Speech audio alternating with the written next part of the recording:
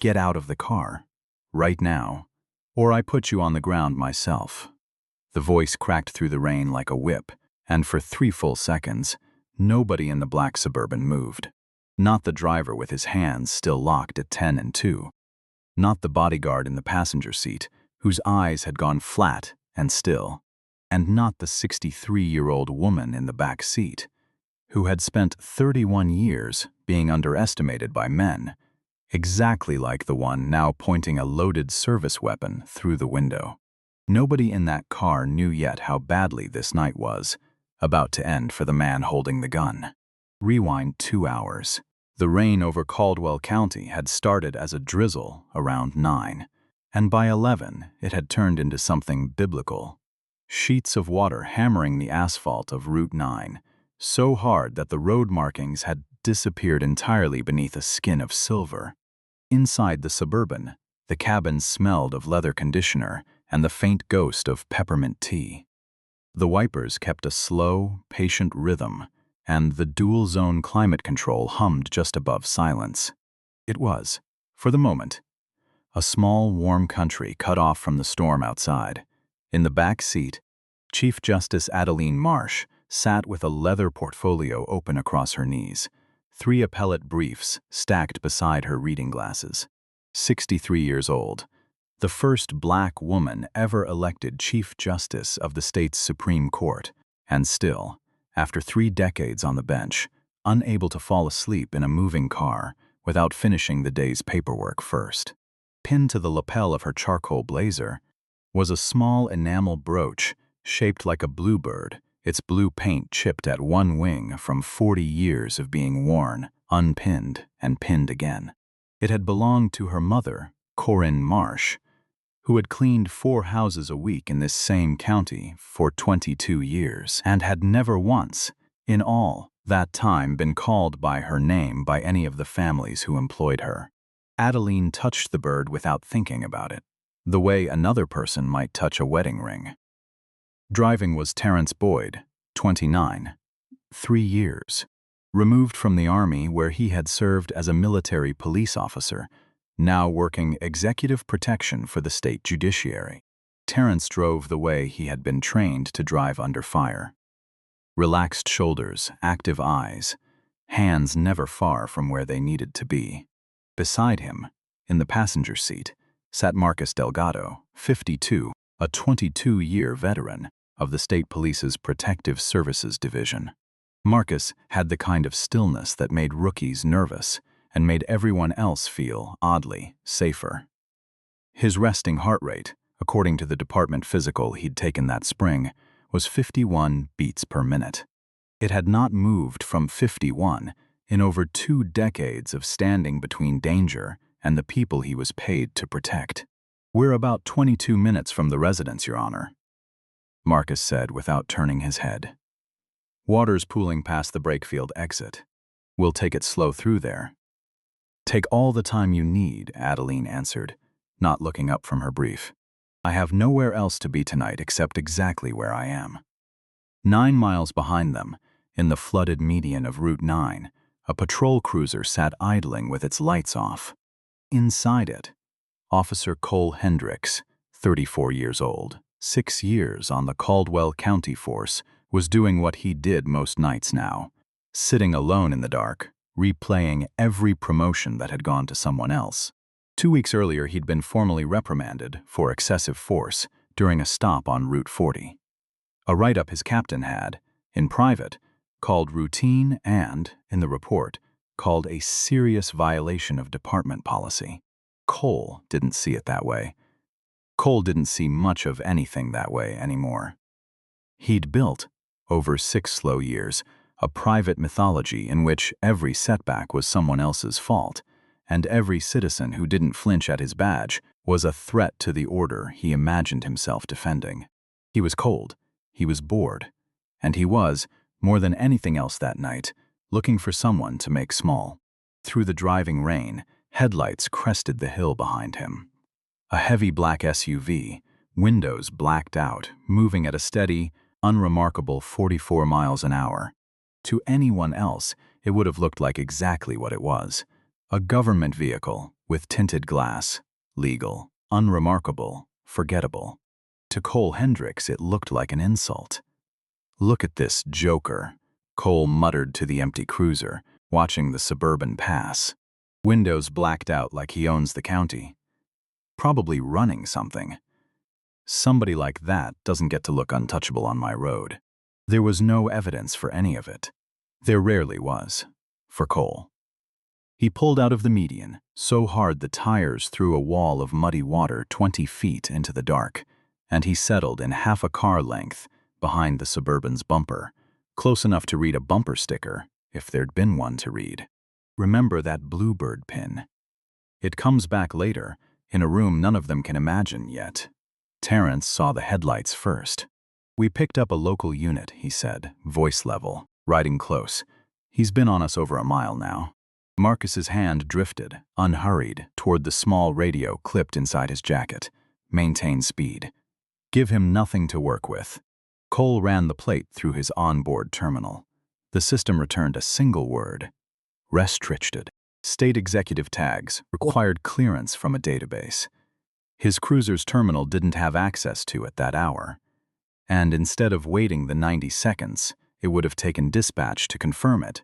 Cole did what he always did when the world failed to hand him an easy answer. He decided to make one up.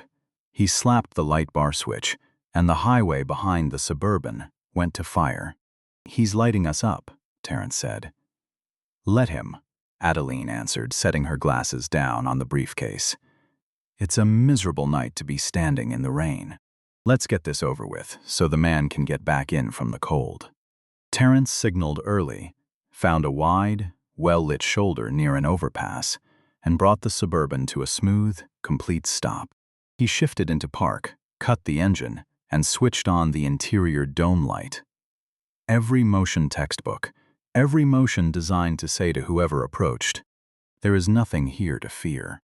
Behind them, Cole parked at an aggressive angle, stepped out into the storm, and rested his right hand on the grip of his sidearm before he had said a single word to anyone in the car. He was not walking up to conduct a traffic stop. He was walking up to have, for 3 minutes, the kind of power the rest of his life never gave him. He had no idea what kind of woman was sitting in the back seat, and less idea what was about to happen to the life he currently had. Cole reached the driver's window and slammed his flashlight beam directly into Terrence's face before he had even stopped walking. "License and registration," he snapped, "right now." "If you'd lower the light, officer, I'd be glad to reach for them," Terrence said, calm, hands still visible on the wheel. "They're in my breast pocket." "Did I ask for a conversation, boy?" Cole's voice climbed into something uglier, the old slur riding out on pure reflex. "Hands where I can see them. Now." In the passenger seat, Marcus shifted his weight, a movement so small it would have meant nothing to anyone untrained, and everything to anyone who was. "Officer," he said, even and clear. "I'm Agent Delgado, State Executive Protection. The driver is Agent Boyd. This is an official state vehicle. I need you to take your hand off your weapon and step back from the door." Cole swung the flashlight over to Marcus, an older white man beside a younger black driver, a pairing his worldview had no ready file for, and something in him curdled further at being told what to do by either of them. "State protection, my ass," he barked. "You think a fake badge and a light bar gets you special treatment in my county? I clocked you swerving back there." "That is not accurate," Terrence said. "We held a steady speed and lane the entire time. This vehicle's dash system is transmitting live telemetry to state police headquarters right now, officer, including this conversation." The word camera did what it always does to men like Cole Hendricks. It didn't calm him down. It made him need, more urgently than before, to win. He swept the flashlight into the back seat, hunting for a new angle, a new target, and found Adaline sitting straight-backed, unblinking, her dark eyes meeting the glare without so much as a flinch. She wore no expression he could use against her. That, more than anything, seemed to enrage him. "Who's in the back?" he demanded, rapping the flashlight against the glass. "This your mama, boy." Or you running some kind of taxi service without a permit? For a moment, nobody in the Suburban spoke. It was not the silence of fear. It was the silence of a room one heartbeat away from something that could not be undone. "Officer," Adaline said finally, and her voice did not compete with the storm outside. It simply cut through it. "You have stopped a state-registered vehicle without cause. You have used a racial slur toward my driver twice now. You currently have your hand on a firearm during a non-threatening encounter. I strongly suggest you radio your supervisor before you say another word." Cole laughed, an ugly, disbelieving sound. "Lady, out here, I am the law. You people think you can talk your way out of anything. Not tonight." He took half a step back. The retention strap on his holster snapped free with a sound like a bone breaking. "Driver, out of the car, now." He drew his sidearm and leveled it through the open window, dead center at Terrence's chest.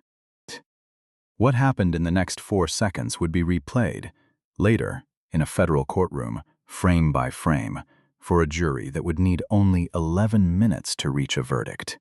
Terrence didn't flinch, didn't reach for his belt, didn't so much as raise his voice.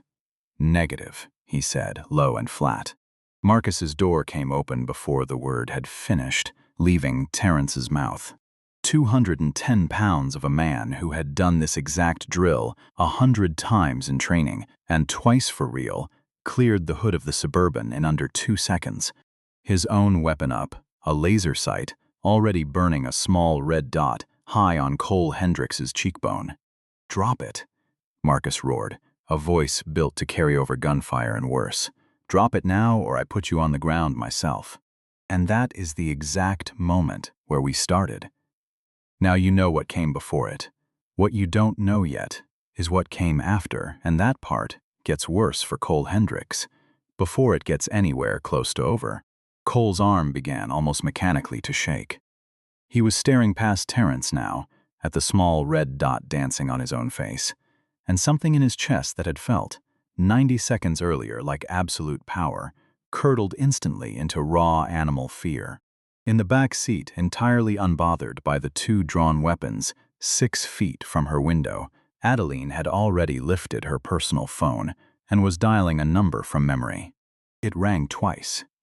"Commissioner Kessler," a gravel-thick voice answered, half asleep. "Somebody better be dying." "This is Chief Justice Marsh," Adaline said, each word placed like a stone. "I am on Route 9, north of the Brakefield overpass. One of your officers, badge reads Hendricks, has drawn a firearm on my driver during an unlawful stop of my vehicle. My protection detail currently has him at gunpoint to prevent him from firing first. I suggest you send state troopers to my exact location immediately, Robert. If he twitches, my agent will not wait to find out why." There was a silence on the other end so complete that Adaline could hear the commissioner's water glass tip over and shatter against his nightstand. "He did what?" Kessler breathed. "Justice Marsh, are you safe? Is your detail engaged?" "Fully," Adaline said, as calmly as if she were reading a grocery list aloud. "I'd suggest you hurry, Robert. It is a terrible night to be standing in the rain waiting for backup." Outside, Cole's pistol finally slipped from fingers that no longer seemed to belong to him, clattered onto the wet asphalt. "Kick it under the car," Marcus barked, weapon never wavering. Now Cole obeyed, hands trembling so hard he could barely lace his fingers behind his head the way he was ordered to. "I didn't know," he stammered, the bravado gone from his voice entirely, replaced by something small and cracking. "I thought the car was. I thought you were." "Shut your mouth," Marcus said, and walked him, at gunpoint, face first against his own cruiser. Less than 4 minutes later, the ridge behind them lit up like a rescue flare.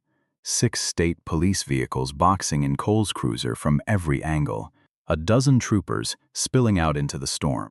A trooper named Boone Harrison, built like a doorframe, reached Cole first and put him on the ground, without waiting for an invitation, a knee in his spine, cuffs biting into his wrists before he'd finished exhaling. "Suspect secured," Harrison called out, glancing up at Marcus. "Nice work," Marcus finally lowered his weapon, thumbed the safety, and slid it home into its holster. "Weapons under the front axle," he said. "Log it as evidence." Face down in the mud, rain running into his open mouth, Cole watched Terrence step calmly out of the driver's seat and straighten his jacket. Not a hair out of place, not a single tremor in his hands.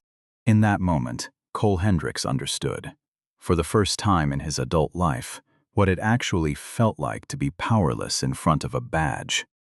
He had no idea the worst part of his night hadn't even started yet. Within the hour, the rain had eased into a slow, steady drizzle, and Route 9 had disappeared behind a wall of crime scene tape and strobing light bars. Cole sat handcuffed against the rear door of a cruiser, soaked through, shivering less from cold now than from something closer to shock. He was still trying, out loud, to build himself a story he could survive. "They were driving erratic," he told Trooper Harrison, who was emptying his duty belt into an evidence bag without looking at him. "Windows blacked out. Driver wouldn't comply. I felt threatened. You have to understand." Harrison paused just long enough to look him directly in the eye. "You're not one of us," he said quietly. "You're a liability with a badge." An unmarked silver SUV pulled up to the tape, and Captain Renata Vaughn stepped out, commander of the state's Internal Affairs and Executive Protection Division. 51 years old, sharp-featured, dressed in a tactical jacket, thrown hastily over a dress uniform she'd clearly been pulled out of bed to put on. She crossed straight to Marcus. "Agent Delgado, report." "Scene's secure, Captain." Subject drew on Agent Boyd unprovoked, aimed for center mass. Full exterior and interior dash footage captured, along with live telemetry, confirming our speed and lane position the entire time. Renata's jaw set. She turned and walked directly to where Cole was propped against his own cruiser, still gasping out fragments of a defense nobody was listening to. "Captain, please," he started. "These guys are lying. The driver reached for something. I had to draw to control the scene." Renata didn't raise her voice. She didn't need to. "Officer Hendricks," she said, "in exactly 10 minutes, your captain, the district attorney, and the county commissioner are all going to be standing on this highway. They are not coming to help you. They are coming to watch the end of your career in person." That was when the rear door of the Suburban opened, and Adaline Marsh stepped out into the drizzle, Terrence already at her shoulder with a black umbrella raised over her head, though she seemed, if anything, indifferent to the rain. She walked toward the cruiser with the same unhurried authority she carried into any courtroom in the state, and when she stopped, she let the rain fall freely on her shoulders rather than stand fully beneath the umbrella's shelter. It was, though nobody there could have named it, a small, deliberate refusal to be sheltered from the same storm this man had been standing in. Cole shrank against the cruiser door.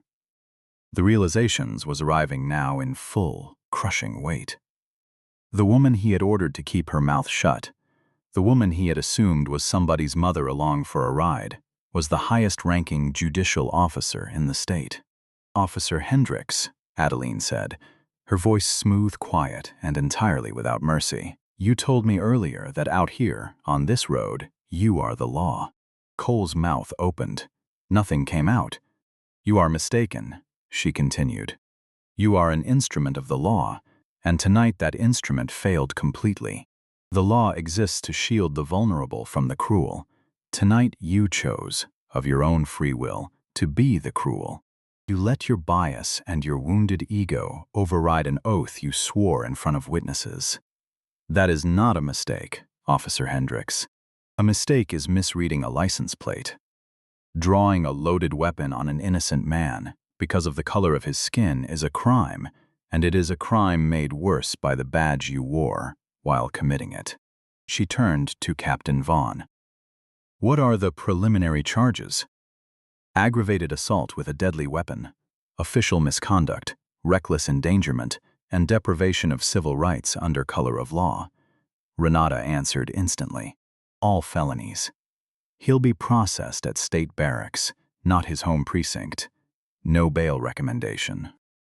Adaline nodded once, looked back at Cole one final time, and said almost gently, "You believed you were dealing with people who had no voice tonight, Officer Hendricks.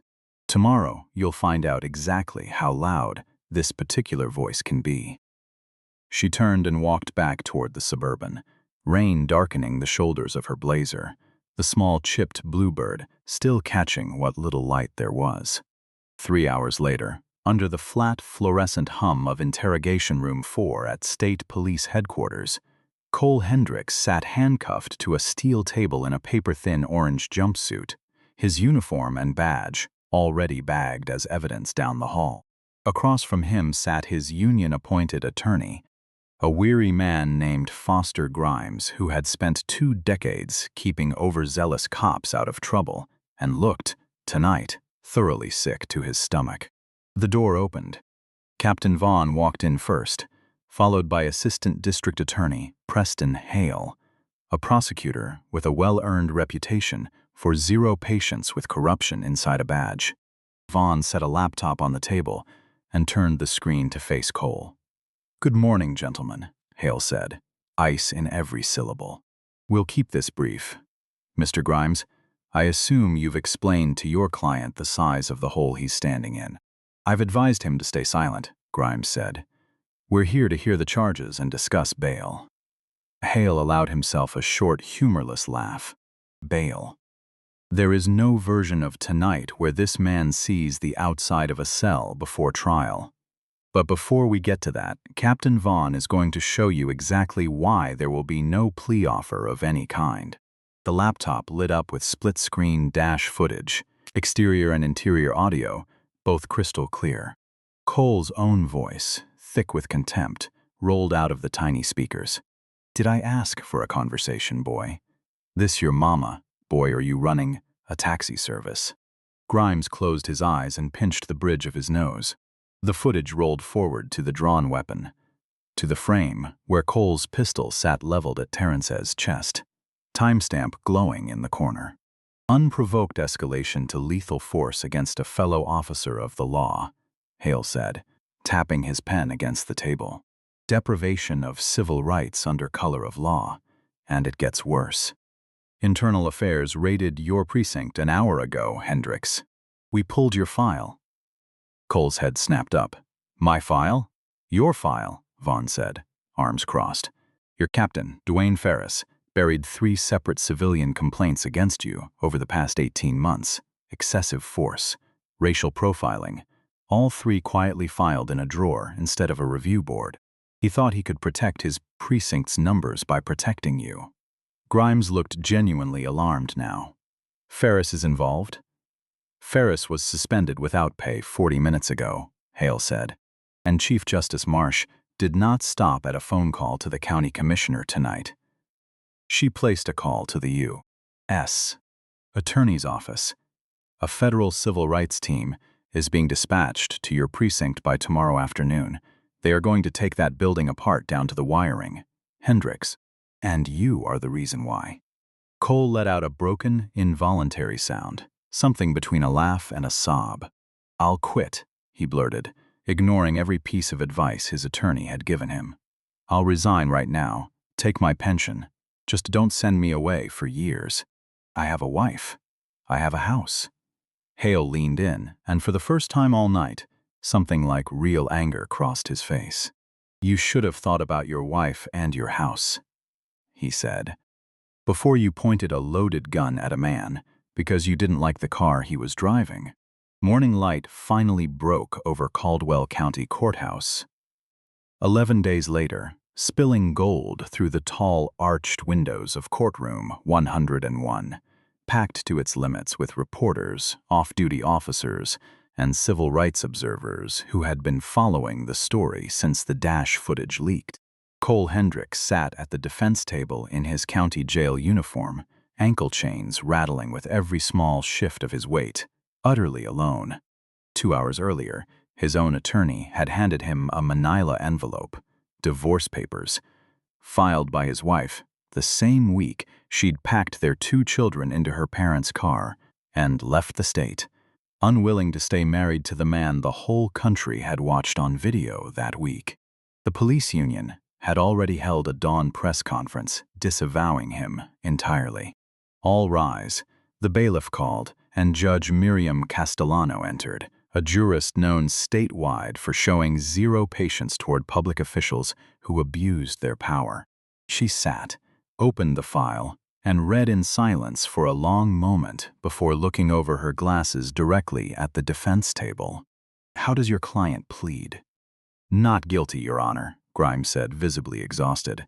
"We are requesting bail. He's a lifelong resident, no prior convictions. Not a flight risk." Hale was on his feet before Grimes had finished the sentence. "The state strongly opposes bail in any amount, Your Honor. This defendant used a state-issued firearm and the cover of a rainstorm to terrorize 2 lawful protection agents and unlawfully detain the sitting Chief Justice of this state's Supreme Court. If an armed, uniformed officer will draw on a state official over a bruised ego, there is no telling what he would do to an ordinary citizen given the chance." Judge Castellano's eyes settled on Cole, who could not lift his own to meet them. "Mr. Hendricks," she said, "you swore an oath to protect and serve. Instead, you chose to operate as an armed bully who mistook a badge for a shield against consequence. Bail is denied. You are remanded to county custody pending trial, and given the active federal civil rights investigation into your precinct, this court will recommend transfer to federal custody should you be convicted." The gavel came down like a door slamming shut on the rest of his life. 8 months passed before the case reached its true ending, and by then it was no longer a county matter at all. The Department of Justice had absorbed it whole, elevating it from a local scandal into a sweeping federal indictment that eventually swallowed not just Cole Hendricks, but his precinct captain and 6 other officers, all indicted under federal racketeering statutes for a pattern of falsified stops, quota abuse, and buried complaints that had been running for years before that rainy night on Route 9. Betrayed by the same captain who had once protected him, and facing decades in federal prison, Cole had made the only choice left available to him. He cooperated fully, handing federal investigators every text, every directive, every falsified report he had ever received, in exchange for a capped sentence. In a federal courtroom on a cold morning the following February, Cole Hendricks stood to be sentenced. 8 months in administrative segregation had taken a decade off him. His hair had grayed at the temples, his shoulders had caved inward. He no longer looked like a man who had ever felt powerful in his life. Before Judge Elliott Kane accepted the plea and handed down sentence, the court recognized that the victim of the assault wished to speak. The heavy doors at the back of the courtroom opened, and Adaline Marsh walked the length of the aisle in a tailored navy suit. Terrence Boyd and Marcus Delgado. A quiet step behind her on either side, the small chipped bluebird still pinned, as it always was, at her lapel. She stepped to the podium, turned her body fully toward the defense table and said, "Look at me, Mr. Hendricks." Cole's chin came up. His eyes were already wet. "For 8 months," she said, "the cameras have focused on the gun, the lights, the reveal of who I turned out to be. But that has never been what mattered here. What matters is what would have happened if I were not a Supreme Court justice that night? What happens to the man who is simply driving home from a late shift, who does not have a trained agent riding beside him, when an officer decides his own ego outweighs another person's life? You did not stop us because of a traffic violation, Mr. Hendricks. You stopped us because you felt entitled to make someone smaller than yourself, and you used the full weight of the state to do it. You broke an oath that every honest officer in this state still keeps every single day, and in doing so, you poisoned the public's trust in every one of them." Cole's face crumpled, tears finally spilling freely down cheeks that 8 months in a federal holding cell had hollowed out. "I do not stand here for vengeance," Adaline said, turning back toward the bench. "Vengeance heals nothing. I stand here so that the next officer, who feels that same ugly entitlement rising in his chest, remembers exactly how this story ended. She returned to her seat. Judge Kane looked down at Cole Hendricks with an expression of total, exhausted finality. Based on your own admissions and the severity of what you've pled to, I sentence you to 15 years in federal custody, with no possibility of early release. May you spend that time reflecting honestly, for the first time, on the life you nearly destroyed and the one you have now forfeited yourself. The gavel fell. Federal marshals took him by both arms. As they walked him toward the side door, he looked back once at Adaline Marsh sitting perfectly upright, watching him go without a trace of triumph on her face. Only the same quiet, unbothered dignity she had carried since the moment his flashlight first found her through a rain-streaked window. 6 months after that, on a warm evening in late summer, Adaline Marsh sat on her own back porch with a cup of tea going cold beside her, the small bluebird pin resting now not on her lapel, but in a shallow dish on the side table, unpinned for the night. Terrence Boyd, off duty, sat 2 chairs down, telling her about the night class in constitutional law he'd started taking, on her recommendation, at the state university. Marcus Delgado had retired from field work that spring and now trained the next generation of protection agents, insisting in every single class that the first rule of the job was never to mistake calm for weakness. Caldwell County's police department now operated under a federal consent decree. Its old command structure gone, its complaint files finally opened to daylight. 2 more officers had come forward that year, on their own to report stops they'd once been too afraid to question. Adaline picked the tea back up, looked out at the last of the light fading over the tree line, and said nothing at all. There was nothing left that needed saying out loud. It had taken 1 storm, 1 flashlight, and 1 very bad decision on a stretch of empty highway to prove something she had known her whole life without ever needing to say it: that the law is only as good as the people willing to stand inside it honestly, and that the moment a badge becomes a weapon against the very people it was sworn to protect, it stops protecting anyone at all.